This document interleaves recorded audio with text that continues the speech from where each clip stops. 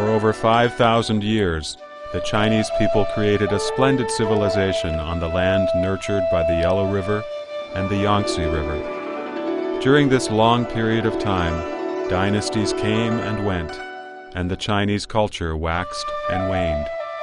Grand and moving stories have played out on the historical stage of China.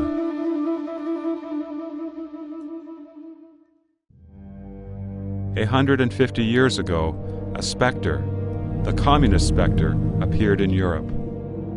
In the beginning of the 20th century, under the name of the Communist Party, it found a place to stay in China while the national power was deteriorating. Since then, China has faced unprecedented challenges. Everything the CCP has touched has been marred with lies, wars, famine, tyranny, massacre, and terror. Traditional faiths and values have been violently destroyed. Original ethical concepts and social structures have been disintegrated by force. Empathy, love, and harmony have been twisted into struggle and hatred. Veneration and appreciation of heaven and earth have been replaced by an arrogant desire to fight with heaven and earth. This has resulted in a total collapse of social, moral, and ecological systems, and a profound crisis for the Chinese people and the entire mankind.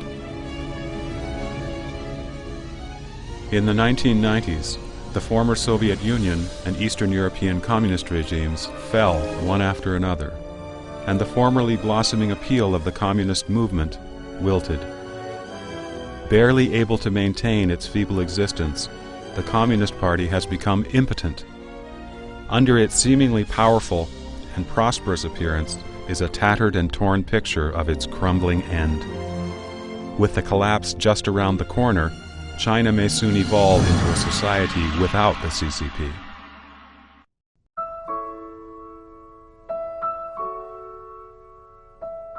On the eve of the new replacing the old, we must reflect upon this phase of history. What is the Communist Party? How did the Chinese Communist Party begin? What did the Communist Party bring to China and the Chinese people? And how can the Chinese people maintain their traditions and pass them on to later generations? These are the questions that the Chinese people face today.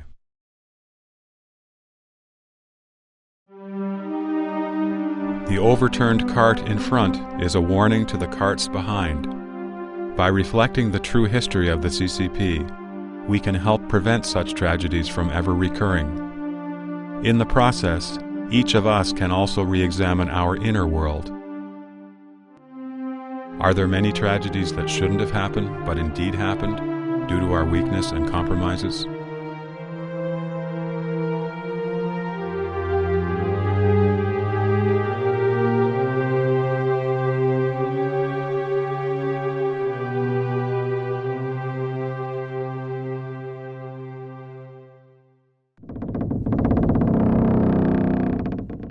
The year 1840, the beginning of China's contemporary era, marked the start of China's journey from tradition to modernization.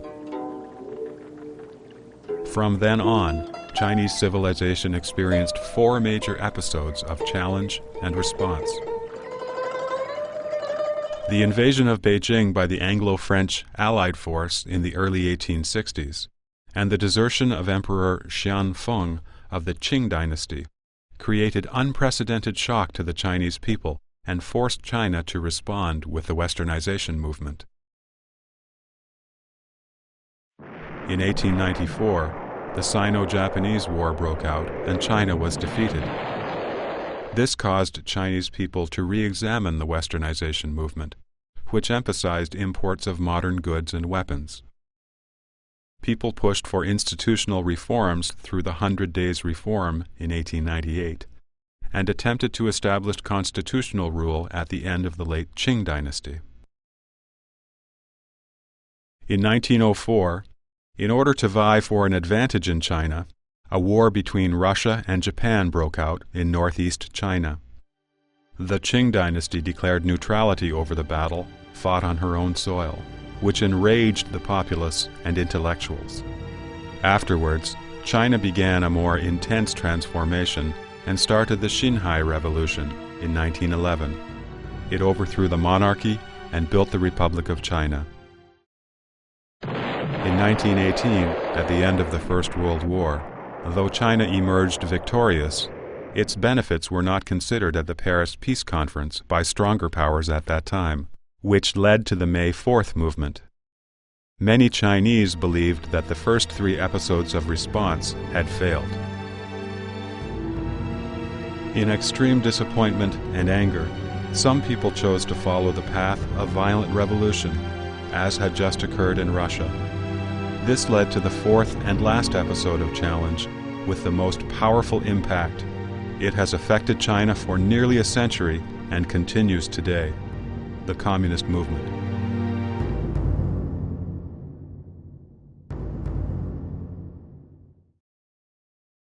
Quote, "The Communists disdain to conceal their views and aims. They openly declare that their ends can be attained only by the forcible overthrow of all existing social conditions." Unquote. This quote is taken from the concluding paragraph of the Communist Manifesto, the Communist Party's principal document. Violence is one of the main means by which the Communist Party gained power. This character trait has been passed on to all subsequent forms of the party that have arisen since its birth.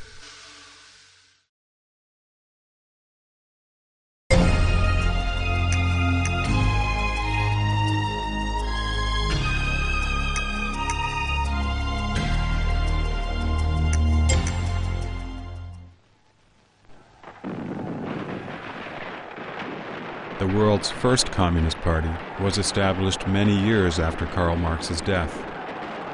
This party grew out of the use of violence against so-called class enemies and was maintained through violence against party members and ordinary citizens. According to statistics, during Stalin's purges in the 1930s, the Communist Party of the Soviet Union slaughtered over 20 million so-called spies, traitors, and those thought to have different opinions. As a branch of the Third Communist International, which was controlled by the Communist Party of the Soviet Union, the CCP naturally inherited the willingness to kill. In August 1927, when the Beijing warlords had just been overthrown by the nationalist government, and China was soon to be unified, the CCP initiated an armed rebellion in Nanchang, Jiangxi province, and established the Chinese Soviet. During the so-called Civil War between the nationalists and communists from 1927 to 1936, the population in Jiangxi province dropped from over 20 million to only about 10 million. The damage wrought by the CCP's use of violence can be seen from these figures alone. Using violence may be unavoidable when attempting to gain political power, but there has never been a regime as eager to kill as the CCP, especially during otherwise peaceful periods. According to statistical data in The Black Book of Communism, published in 1997 in France, the entire communist movement caused 100 million deaths. Among them, China's death toll was 65 million, a number that surpasses the total casualties of World War I and World War II, and the total casualties of all previous Chinese dynasties.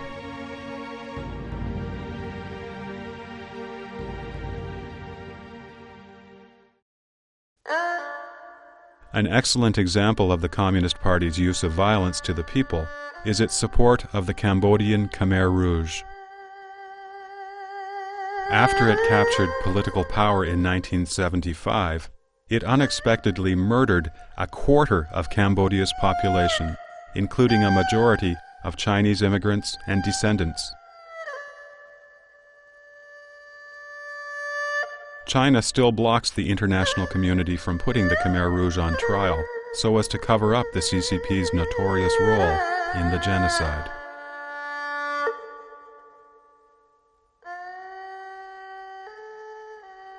No wonder people say, Other political groups slaughter in order to conquer. The Communist Party conquers in order to slaughter. One of the theories the Communists employ is social Darwinism. In 1859, based on his observations, Charles Darwin proposed his theory to attempt to explain the origin of man. Due to the lack of evidence, his theory was unceasingly challenged and doubted in the scientific circles. The Communist Party, however, treats it as a scientific law and takes it absolutely. They even applied species competition to human society, maintaining that class struggle is the only driving force for societal development. Struggle, therefore, became the primary belief of the Communist Party, a tool in gaining political control and means to survive. Mao's famous words plainly reveal the logic of survival of the fittest.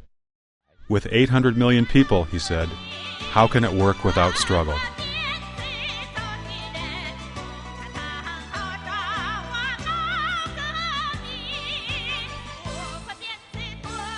Another one of Mao's claims that contains similar survival logic is that the Cultural Revolution should be conducted every 7 or 8 years. The repetitive use of force is an important means for the CCP to maintain its rule in China. The goal of using force is to create terror. Every struggle and movement served as an exercise in terror, so that the Chinese people trembled in their hearts, submitted to the terror, and gradually became enslaved under terror.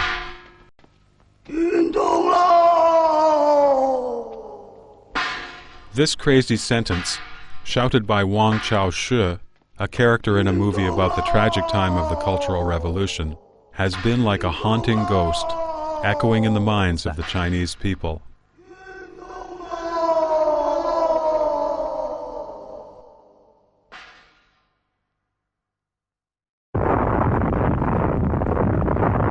Today, in the 21st century, terrorism has become the main enemy of the civilized and free world.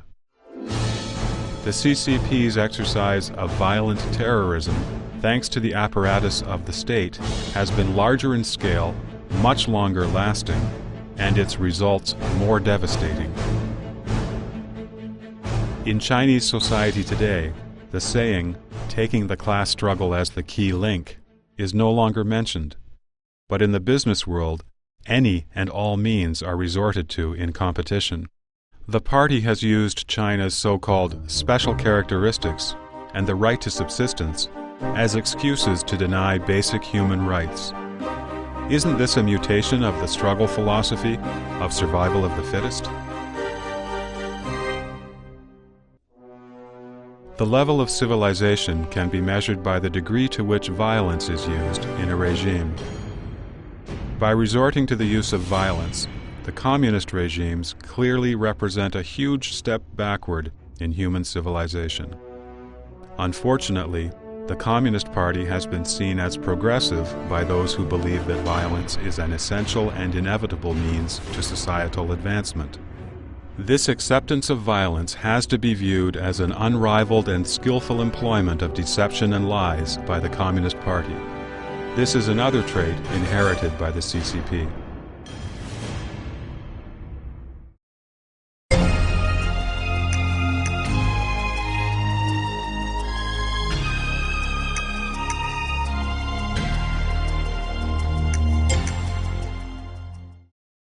On July 4, 1947, the CCP official newspaper, Xinhua Daily, published this editorial, quote, "Since a young age, we have thought of the United States as a lovable country. We believe this is partly due to the fact that the United States has never occupied China, nor has it launched any attacks on China. More fundamentally, the Chinese people hold good impressions of the United States based on the democratic and open-minded character of its people." Unquote. At that time, the CCP, besieged in Yan'an, was trying hard to win favorable impressions from America and to receive military aid. A mere 3 years later, the CCP sent soldiers to fight American troops in North Korea, and painted the Americans as the most evil imperialists in the world. To this day, this CCP editorial and other similar publications are still banned in mainland China. The reason is that the CCP does not want its deception and lies to be exposed. In 1957, the CCP called on the intellectuals to offer their opinions to help rectify the Communist Party. On June 8th, the People's Daily published an editorial. It was called, "Why is This?" Taking this as a turning point, the rectification movement suddenly transformed into an anti-rightist campaign. When some criticized the persecution as a conspiracy, or a plot in the dark, Mao claimed publicly, "This is not a plot in the dark, but a stratagem in the open." This is a part of the speech by Jiang Qing, the first vice director of the Central Leading Committee for the Great Cultural Revolution, recorded in the initial period of the Great Cultural Revolution. Soon, the president of China, Liu Shaoqi, was taken as a rebel and a traitor from within and a scab. That's what he was called. And forever he was expelled from the party. Remarkably, 10 years later, Liu Shaoqi was announced at the rehabilitation as a great proletarian revolutionist, great communist soldier, and great Marxist-Leninist. Details of his persecution is still a forbidden area of research. Since coming to power, the CCP has employed similar strategies in every single movement. From the 3 antis and 5 antis to the Cultural Revolution, and from the Tiananmen Square massacre to the persecution of Falun Gong. Deception and lies go hand in hand with violence.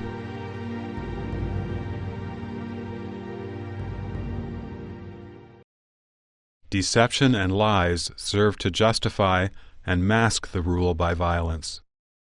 When violence becomes too weak to sustain control, the CCP resorts to deception and lies. 因此到中国来工作、旅游、开会等等也是安全的。 Chinese intellectuals have had the greatest faith in history since ancient times.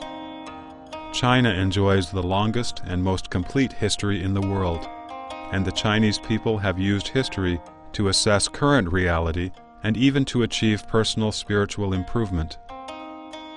To make history serve the current regime, the CCP has made a practice of altering and concealing historical truth. Concealing, altering, and rewriting history, whether it be in the divisions of time, in the assessment of historical figures, or in the accounts of historical events. Such historical alterations have continued for more than 50 years since 1949. And all efforts to restore historical truth have been ruthlessly blocked and eliminated by the CCP. Every person from China who goes overseas feels shocked when seeing how the international society explains the historical events of the Northern Expedition, the Sino-Japanese War, the Korean War, and others.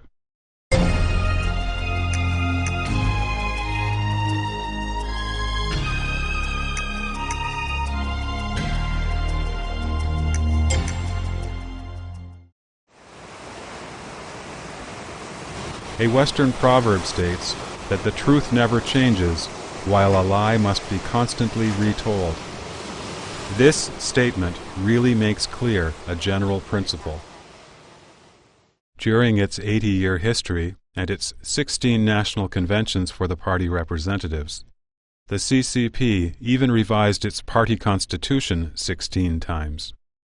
The guiding theories of the CCP started with Marxism-Leninism. Maoism was added, and then Deng's thoughts and recently Zhang's 3 represents have been added.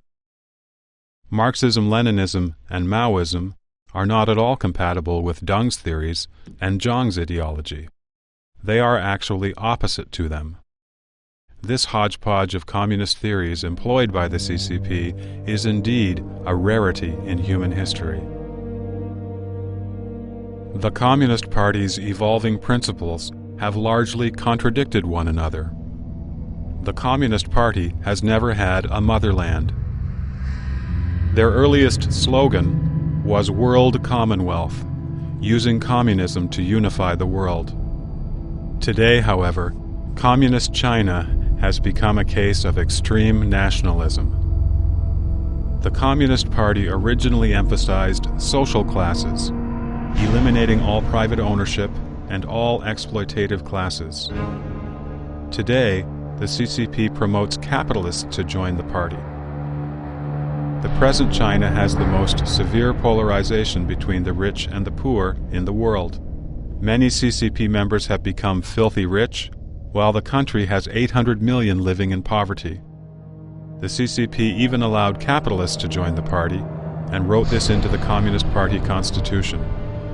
Yesterday's principles have become reversed in today's politics, with further change expected tomorrow.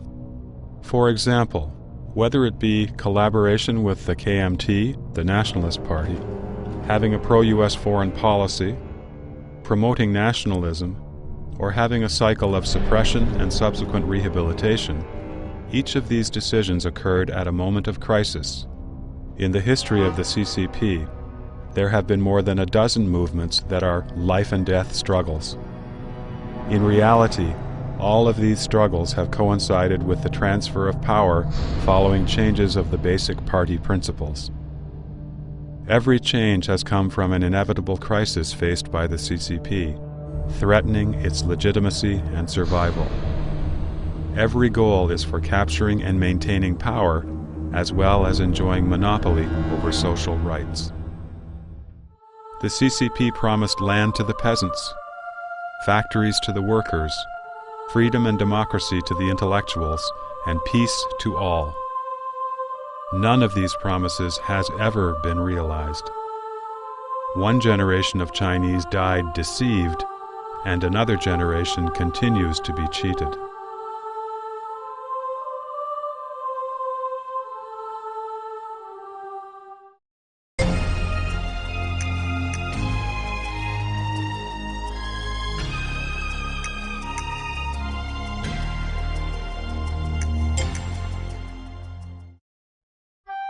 Societies other than communist regimes, even those suffering under rigid totalitarian rule and dictatorship, often allow some degree of self-organization and self-determination. Ancient Chinese society was, in fact, ruled according to a binary structure. In rural regions, clans were the center of an independent social organization, while urban areas were organized around the guild. The top-down government did not extend below the county level. Even the Nazi regime during World War II still allowed rights to private property. Only communist regimes eradicated any form of social organization or elements independent of the party, replacing them with highly centralized power structures from the top down. If the former social structures conform to nature, then the communist regime is anti-nature in its essence. Since the inception of the CCP, 3 basic lines have been established. They are the political line, the ideological line, and the organizational line. The entire content of the so-called organizational line is that all CCP members and those ruled by the CCP are to obey party commands unconditionally. In China, most know about the dual personalities of CCP members. In private settings, CCP members are ordinary human beings with feelings of happiness, anger, sorrow, and joy. They possess ordinary human beings' merits and shortcomings. They may be parents, husbands, wives, or friends. But placed above human nature and feelings is the party nature, which always transcends humanity. Thus, the concepts of good and evil, as well as all laws and rules, are arbitrarily manipulated. Murder is not allowed, except for those categorized as enemies by the Communist Party. Respecting one's elders is welcomed, except in the case of parents of those who have been deemed class enemies. All Chinese people are protected by the Constitution, except for Falun Gong members. Benevolence, justice, courtesy, wisdom, and sincerity are all good, but not applicable when the party is not willing or doesn't want to consider these traditional virtues. The Communist Party completely overthrows universal human nature and social standards, and builds itself on principles that oppose human nature and social standards. They completely overthrow the superstructure of the old society. During the Cultural Revolution, it was all too common that fathers and sons tortured each other. Husbands and wives struggled with each other. Mothers and daughters reported on each other, and students and teachers treated each other as enemies. Party nature motivated the conflicts and hatred in these cases. The plot of the Beijing opera, Farewell My Concubine, gives a vivid description of how the Chinese Communist Party warps human nature.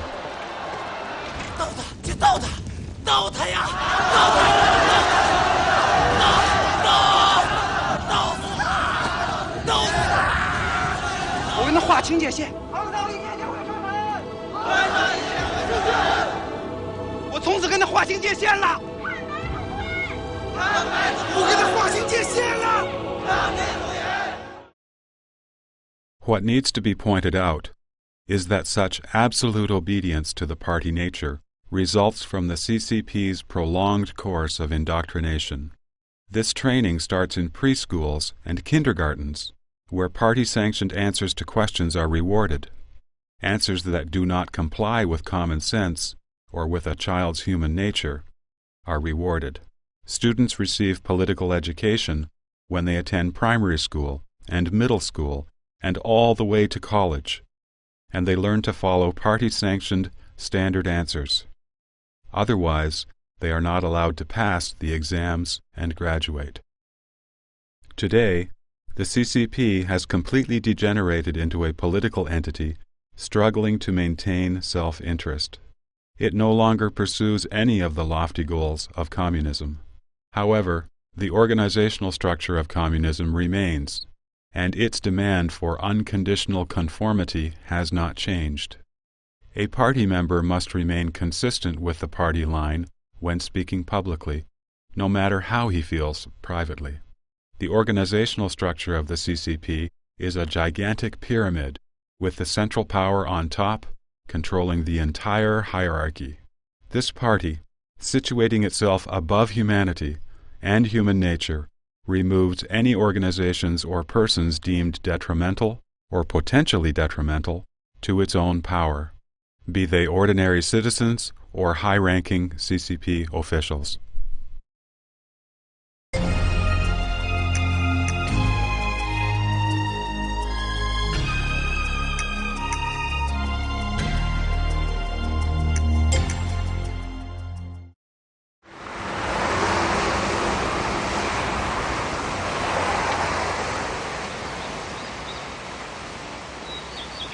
The Chinese traditionally believe in the unity of heaven and human beings.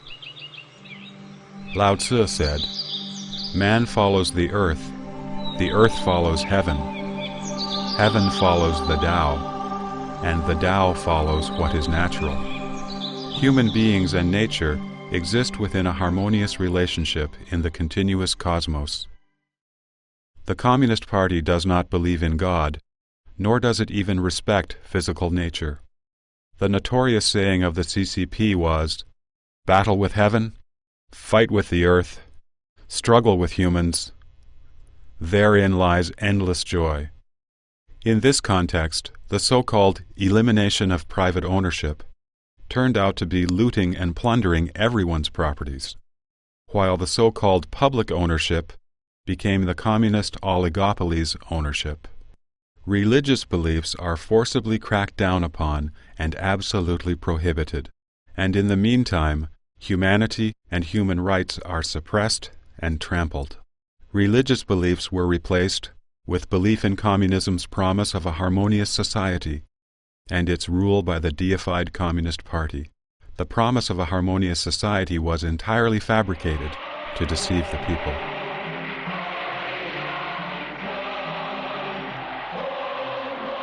Communism transformed from a false theory into an evil practice, and the Communist Party that implemented the practice thus became an evil spectre that opposes mankind, earth, heaven, nature, and the cosmos.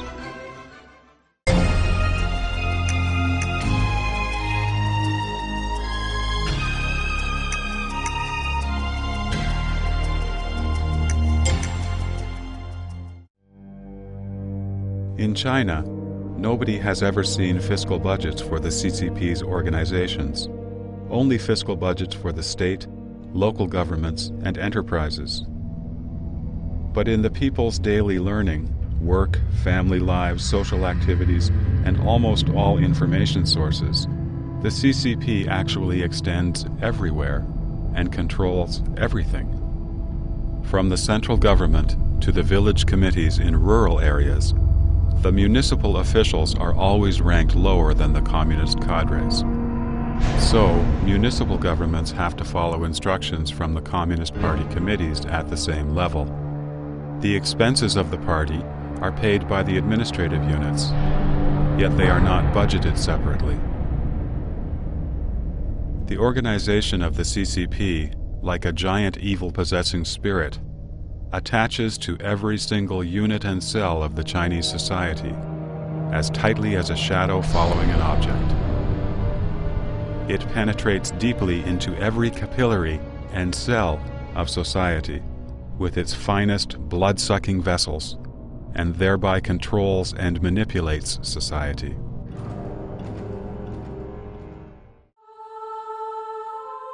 For this reason, Chinese farmers live in such poverty and drudgery. They not only have to support their traditional administrative officials, but also as many or even more communist cadres. For this reason, Chinese workers lost their employment in vast numbers. The omnipresent, blood-sucking vessels of the possessing CCP have been extracting funds from their factories for many years.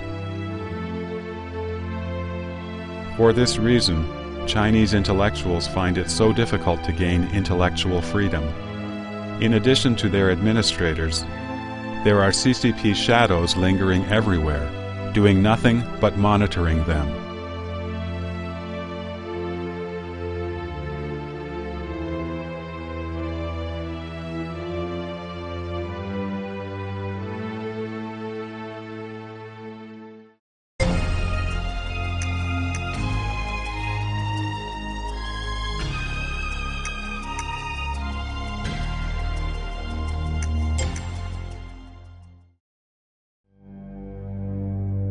In the book Communist Manifesto, the founding principles of the Communist Party, Marx proclaimed that, in 1848, a spectre is haunting Europe, the spectre of communism. Over a century later, communism is more than a haunting spectre. It has possessed a concrete, material body. It spread around the world like an epidemic. It killed tens of millions and took away property and the free mind and spirit of hundreds of millions. The CCP, an evil-possessing spectre supported by force, deception, and the frequent change of its appearance and images, now shows signs of decay, nervous at every slight disturbance. It attempts to survive by accumulating more wealth and tightening control. But these actions only serve to intensify the crisis. It may repeat its intrigues from the past with some sort of retreat, for instance, redressing the Tiananmen Square massacre or Falun Gong, or expelling a small number of people as the enemy. Nevertheless, it cannot change its intrinsic evil nature. Facing challenges over the past 100 years, the Chinese nation has responded by importing weapons, reforming its systems, and enacting extreme and violent revolutions. Countless lives have been lost, and most Chinese traditional culture has been abandoned. It appears that the responses have failed.